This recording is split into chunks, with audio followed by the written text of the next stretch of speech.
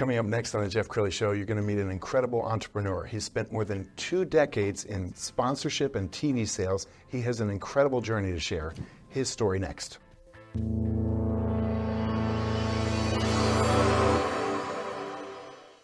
Many are predicting that the worst is yet to come, which is unfortunate, said one person here.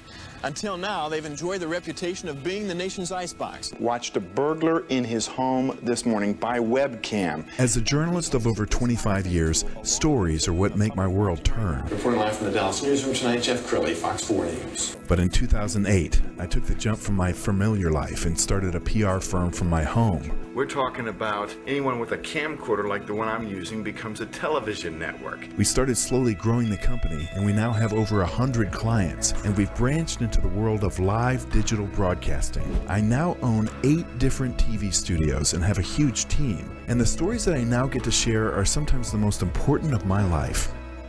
Life has a funny way of coming around full circle. This is the Jeff Crilley Show. Well, I'm an entrepreneur, and I love to feature successful entrepreneurs on my show. I cannot hold a candle to my next guest. UFC, NFL, Coca-Cola. He has worked with all of them. He is a global brand ambassador and sponsorship guru.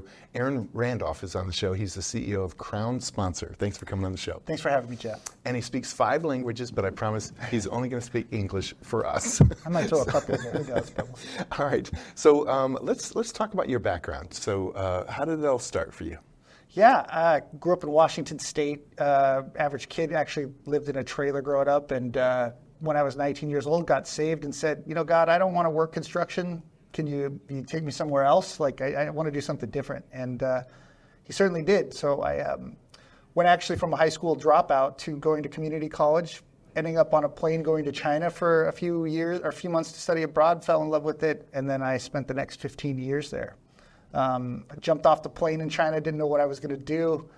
Ended up working for Beijing University to start, and then moved down to Shanghai to work for an NGO. And one of the people I was working with would ask me, "Hey, I noticed that you like sports. You know, are you interested at all in working for a sports company?" I said, "Sure, I'd love that." Ended up going to that company and running a 5K race my first day, which I hadn't run in about 3 years. So I made it.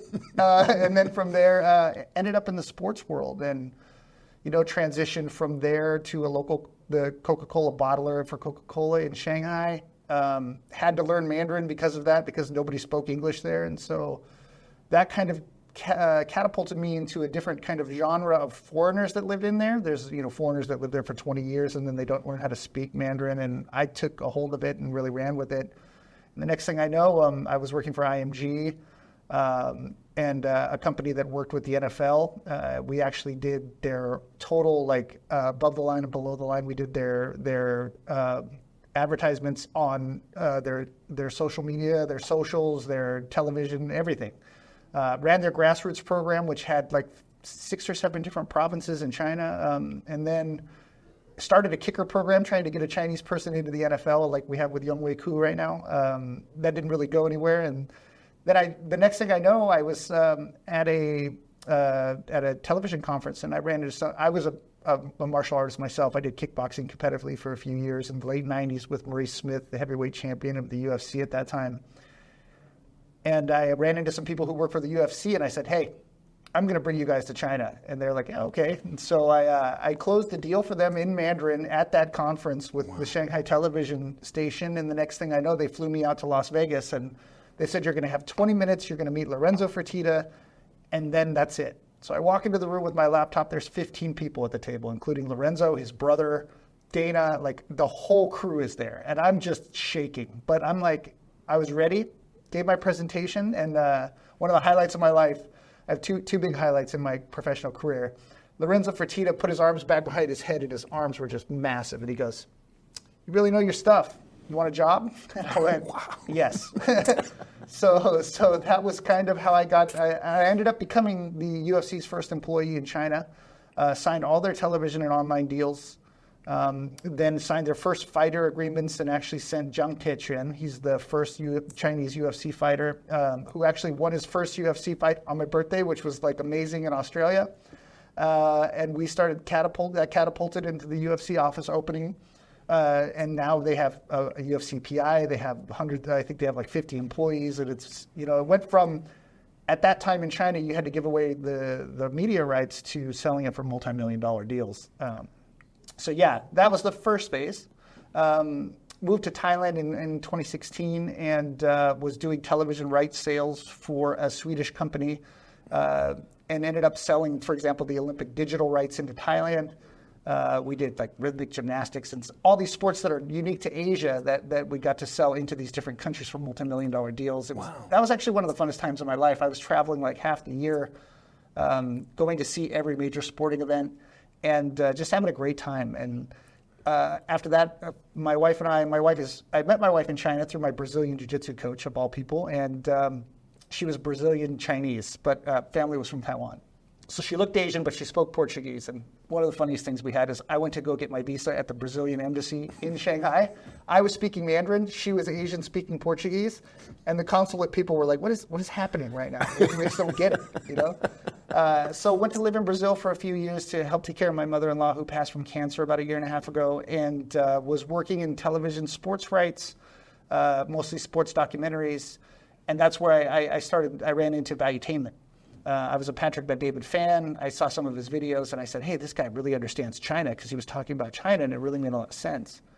And the next thing I know, one of their guys reached out to me to sell me a ticket to one of their events, and then I got an email from their HR saying, hey, we like your background. Are you interested in joining us? And the next thing I knew, I spent 2 years working for Pat, which was amazing.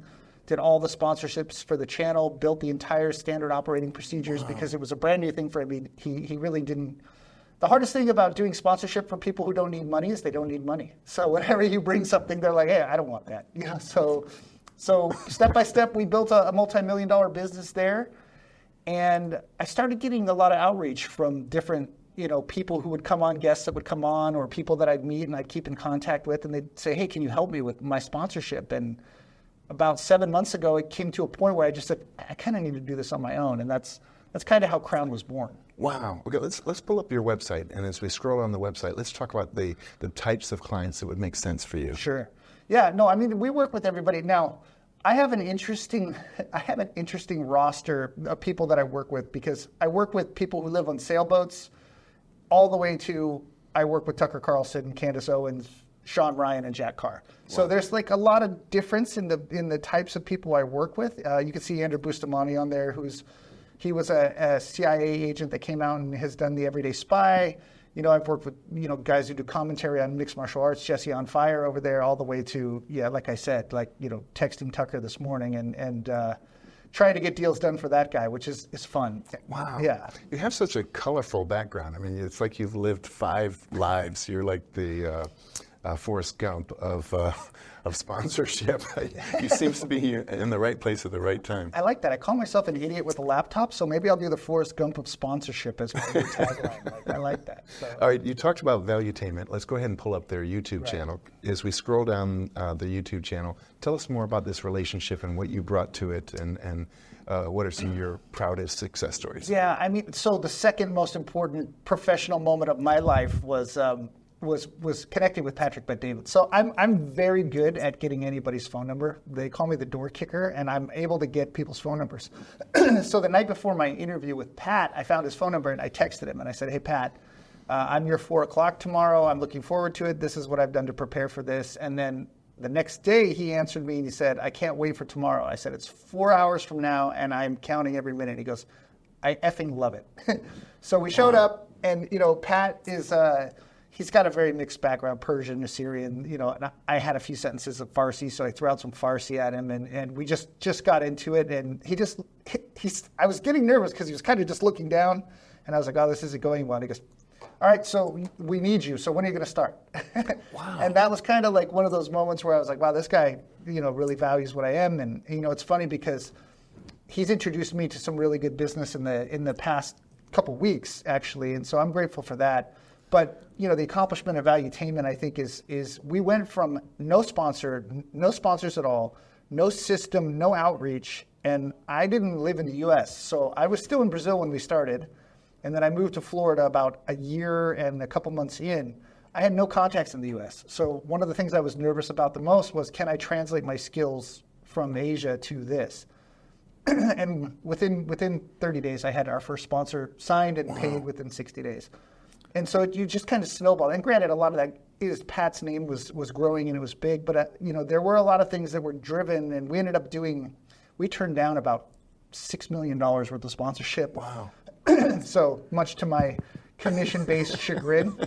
But I do applaud the fact that Pat won't take anything that he doesn't believe in, and that he really wants to promote. So one of the greatest accomplishments sponsorship-wise, I think, and maybe we can pull this up. There's a drink that I actually helped create called vaultdrinks.com. Oh, cool. Yeah, that is actually so there was a billionaire owner of this company, therealketones.com, who loved Pat and was chasing me and chasing everybody in the company. And I got him a meeting with Pat, and then he grabbed me as I was leaving. He's like, "How can I get Pat's attention?"